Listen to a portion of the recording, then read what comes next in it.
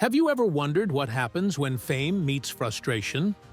Sometimes, even the most composed celebrities lose their cool when interviewers cross the line. Today, we're diving into 5 jaw-dropping moments where celebrities flipped out at disrespectful interviewers. These moments are more than just entertainment. They're lessons in respect, boundaries, and standing your ground. Stay tuned until the end, where we'll reveal a shocking confrontation that left an entire studio speechless. Let's jump in. We know you were convicted. This could hurt his campaign. How would you respond to that? Hey, I don't know who said that. You're the only one I heard say that. You know what I mean? And I don't have no comment to that, because it's negative and you're being negative. Picture this. Mike Tyson, a boxing legend, sits down for a live TV interview. Things seem fine until the interviewer abruptly brings up Tyson's criminal past. The question lands like a punch to the gut.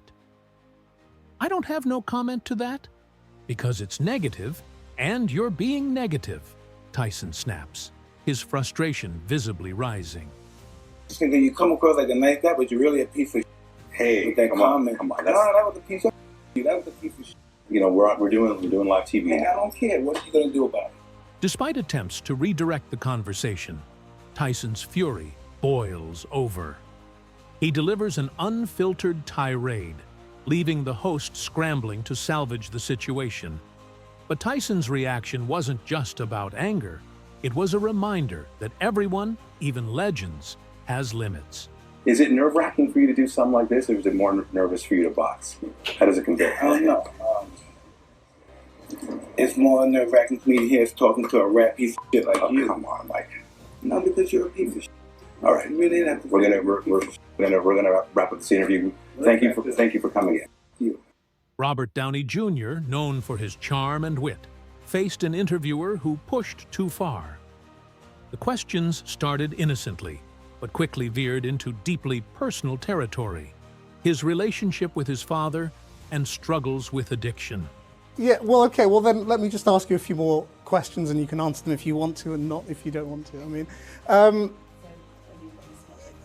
Well, I think we've got 3 more minutes on our agreement. Your foot's starting to jump a little bit. You better get to your next question. What are we doing here? Downey asked, his tone a mix of disbelief and irritation. As the interviewer persisted, Downey stood up and ended the interview. It was a masterclass in maintaining dignity while setting boundaries. The reason I'm asking about the past is that you've talked in other interviews again about your relationship with your father and the role of all of that in the dark periods you entered and taking drugs and drinking and all of that. And I just wondered whether you think you're free of all of that, or whether that's still something. I'm sorry, I really don't. What are we doing? Do You seem okay. It's just getting a little dinosaur in your. No, look, I don't want to do that. Quentin Tarantino, known for his fiery personality, was asked if violent movies inspire real-world violence. His response: But why are you so sure that there's no link between enjoying movie violence and enjoying real violence? I'm going to tell you why I'm so sure. Do not ask me a question like that. I'm not biting. I refuse your question. Why? Because I refuse your question. I'm not your slave and you're not my master. You can't make me dance to your tune. I'm not a monkey. I can't make you answer anything. I'm asking you interesting questions. And I'm saying I refuse. Okay, well, no, I was just asking you why. That's fine. I'm not your monkey. I refuse your question. Tarantino didn't just reject the premise. He tore into the media's obsession with sensationalism. This is a commercial for my movie, not your ratings, he declared, breaking the fourth wall with unapologetic defiance. No, but you haven't fleshed it out. That's the only reason. It's not my job to flesh it out. No, it's my job to try and ask you to. And I'm shutting your butt down. And that's entirely your This your is a your commercial right. from my movie. But you haven't said why you think there's no relationship. It's none of your damn business what I think about that. Well, it's my job to ask you why you think that. And I'm because you're very saying influential. no. And I'm shutting you down. Tarantino's fiery response reminds us that even under pressure, staying true to your principles is non-negotiable. But while Tarantino used anger, our next celebrity handled disrespect with razor-sharp humor. Explained even what you're talking about. I'm just not giving it to you. Why? Because I don't want to, because I've done it already. I have explained this many times in the last 20 years. I just refuse to repeat myself over and over again because you want me to.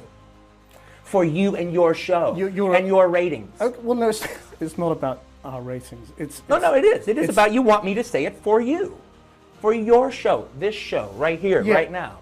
Comedian Bill Burr was being interviewed by a radio host who insisted he perform jokes on the spot. Burr, visibly irritated, flipped the script, literally. Well, the only reason why I bring it up is some people thought maybe you went a little too far. You know. As far as what? Well, they thought that maybe you were being disrespectful to the Christian religion. Who did? I'm telling you, you need to Google. Oh, good Lord. We did maybe 2 jokes about that? Yeah, exactly. Don't you think the Catholic Church went a little too far? More so than my cartoon. All right, listen. A couple of jokes. I know this is a morning show. You can't bring up all those crimes. But our final moment takes an entirely different turn. One that left everyone in stunned silence. And this is Bill Burr. That's your question? He's at the Punchline. He's in town, and you're a funny guy. You've got these routines in your head, so I figure I'll toss you a mic, and you go. And I'm going to do stand-up in front of 9 people in a radio station? No, I'm not doing that. Actor Dylan McDermott was blindsided when a comedian brought up the tragic murder of his mother. The air in the room shifted instantly. McDermott's face hardened as he calmly but firmly redirected the conversation. So your mom, I know your mom was killed, right? But did they? There you go. That's what I'm getting to. The moment was a stark reminder of the emotional toll celebrities endure and the importance of respecting personal boundaries. Was it something that was ruled accidental and then declared a murder? Yeah, I mean, I really want to get into that now. You know, I'm just talking about LA to Vegas, but okay. Yeah, it was definitely rough. And, what night is that on? It's on Tuesdays at 9. It's on Tuesdays at 9. It's not the death slot. Hey, speaking of death, what time? LA to Vegas, I love it. She explained to me, you know, how it all works, and whoa. No, he's. He actually. Oh, that's right. You're in recovery. You don't. Yeah. Oh, okay. Yeah, So that's is right. he. From Mike Tyson's fiery temper to Bill Burr's clever humor, these moments aren't just entertaining. They're lessons in standing up for yourself. Whether it's setting boundaries or handling disrespect with grace, these celebrities showed us how to turn uncomfortable situations into powerful statements. If you enjoyed this deep dive, don't miss our next video on Top 5 Shocking Celebrity Feuds That Made Headlines. Click the link on your screen now, and let's keep exploring the fascinating world of fame and fortune together.